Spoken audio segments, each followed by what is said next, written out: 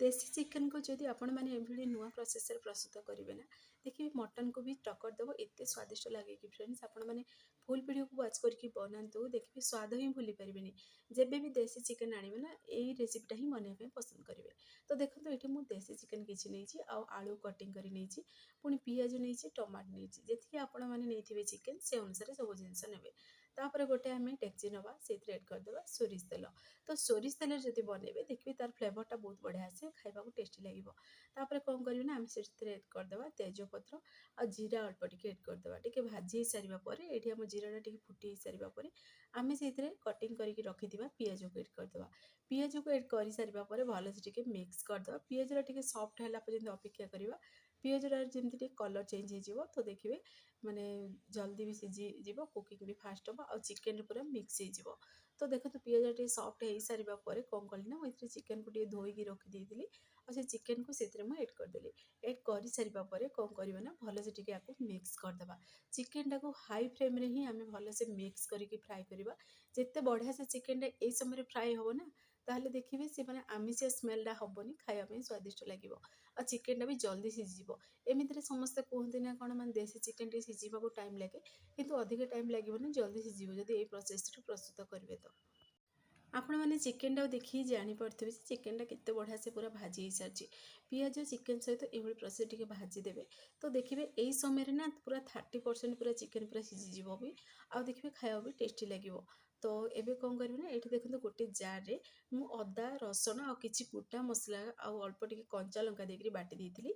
तो मु आग गोटा मसला लास्ट में एड कली यही समय ही बाटी देती डालचिनी टी आउ चक्र फूल टी एड कर अनाज फूल टी एड कर बाटी देती।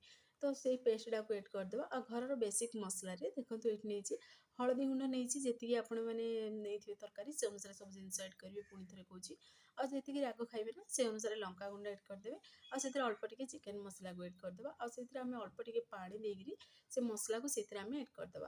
तो एबे आम कौन करेंगे ना भल से टिके आपको मिक्स करदे। तो देखिए सब चिकेन टिके भाजी सारापर जब अदा रसुण एड करेंगे ताहले अदा रसुणटा पोड़बनी परफेक्ट मात्रा पूरा कषि हे। तो आपण मैंने भी जानी देखिए मटन हो कि देसी चिकेन हो सी जिते भलसे कषिबे ना सी जेकोसी भी नॉन वेज आप जिते भलसे कषिबे से बढ़िया टेस्ट आसो। तो ये आम भलसे टिके मिक्स कर कवर को टिके बंद करदे बंद कर 5 मिनट पर्यंत टिके स्लो आंचरे आम कषि हाँ देवा 5 ରୁ 10 मिनट पर्यंत टिके कषि हाँ देवे जमी चिकेन पूरा पानी छाड़ और पानीटा भी तार सुखीज चिकेन जमी भलसे मसलार पूरा कषि हो। तो देखो आपण मानक 5 ରୁ 10 मिनट पर कवर को बाहर कर देखा पानी ए बिल्कुल भी नहीं आउ देखो मसलाटा आमर ये परफेक्टली पूरा कषि सारी। तो यही समय कौन करें ना आम आलू को भाजिक ये रखी।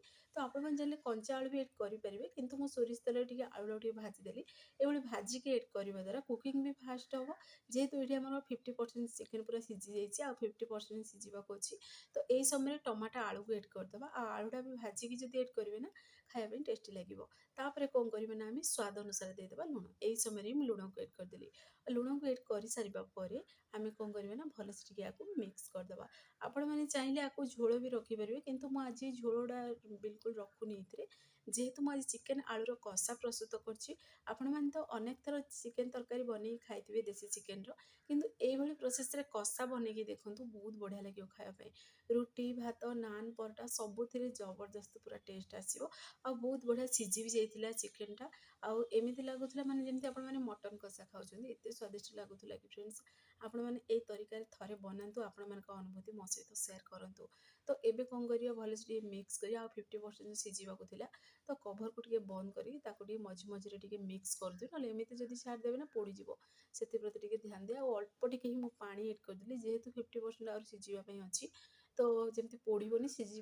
तो पानीटा देखो पूरा सुखिला पर्यटन अल्प टिके पानी देते 2 ରୁ 3 ଚାମଚ पानी से पानीटा टिके सुखिला पर्यंत आपको टिके आम भलसे टिके मिक्स करके रही कसुवा।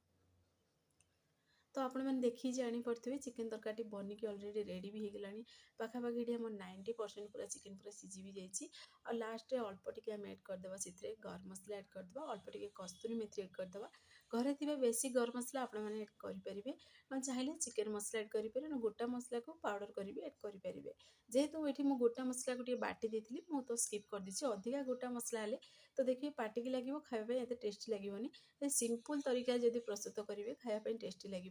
आ देखो पूरा पूरी भिलेज स्टाइल ही बनिकी रेडी होती ଚିକେନ୍ କରି ବା ଚିକେନ୍ କଷା ଆମର ତ ଫାଇନାଲ୍ ରେସିପିଟି ବନିକି ରେଡ଼ି ବି ହେଇଗଲାଣି। ତ ଦେଖନ୍ତୁ ଆପଣମାନେ ଦେଖିକି ଜାଣିପାରୁଥିବେ କେତେ ବଢ଼ିଆ ପୁରା ଲଟପଟିଆ ଚିକେନ୍ କଷାଟା ବନିକି ରେଡ଼ି ହେଇଛି। ଆପଣମାନେ ୟାକୁ ଭାତ, ରୁଟି, ପରଟା, ନାନ୍ ସବୁଥିରେ ଖାଇପାରିବେ ଆଉ ବନିକି ଫାଇନାଲ୍ ରେଡ଼ି ହେଇଗଲା। ତ ଚାଲନ୍ତୁ ଆପଣମାନଙ୍କୁ ମୁଁ ଏଠି ଦେଖେଇ ଦେଉଛି ଗୋଟେ ପ୍ଲେଟ୍‌କୁ ବି ବାଢ଼ିକିରି। ତ ଫ୍ରେଣ୍ଡସ୍ ଆପଣଙ୍କୁ ଯଦି ଏ ଭିଡ଼ିଓଟି ମୋର ପସନ୍ଦ ଆସିଥିବ ସାଙ୍ଗମାନଙ୍କୁ ସେୟାର କରନ୍ତୁ, ଲାଇକ୍ କରନ୍ତୁ। ଚ୍ୟାନେଲ୍ ଯଦି ନୂଆ ଅଛନ୍ତି ତାହେଲେ ଚ୍ୟାନେଲ୍‌କୁ ମୋର ସବସ୍କ୍ରାଇବ୍ କରିଦିଅନ୍ତୁ, ବେଲ୍ ଆଇକନ୍‌କୁ କ୍ଲିକ୍ କରିଦିଅନ୍ତୁ। ଯାହାଫଳରେ ମୋର ସବୁ ଭିଡ଼ିଓ ନୋଟିଫିକେସନ୍ ପ୍ରଥମେ ଆପଣମାନଙ୍କୁ ପହଞ୍ଚିବ। ମୁଁ ଏମିତି ଇଜି ଭିଡ଼ିଓ ନେଇ ଆସିବି, ଆପଣମାନେ ଦେଖିକି ଘରେ ଆଗ ନିହାତି ଟ୍ରାଏ କରନ୍ତୁ।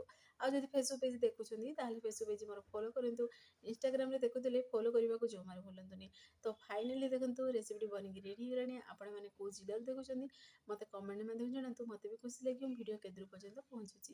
ତ ସେ ପର୍ଯ୍ୟନ୍ତ ରହୁଛି, ପୁଣି ଏକ ନୂଆ ରେସିପି ନେଇ ଆସିବି। ନମସ୍କାର, ଜୟ ଜଗନ୍ନାଥ।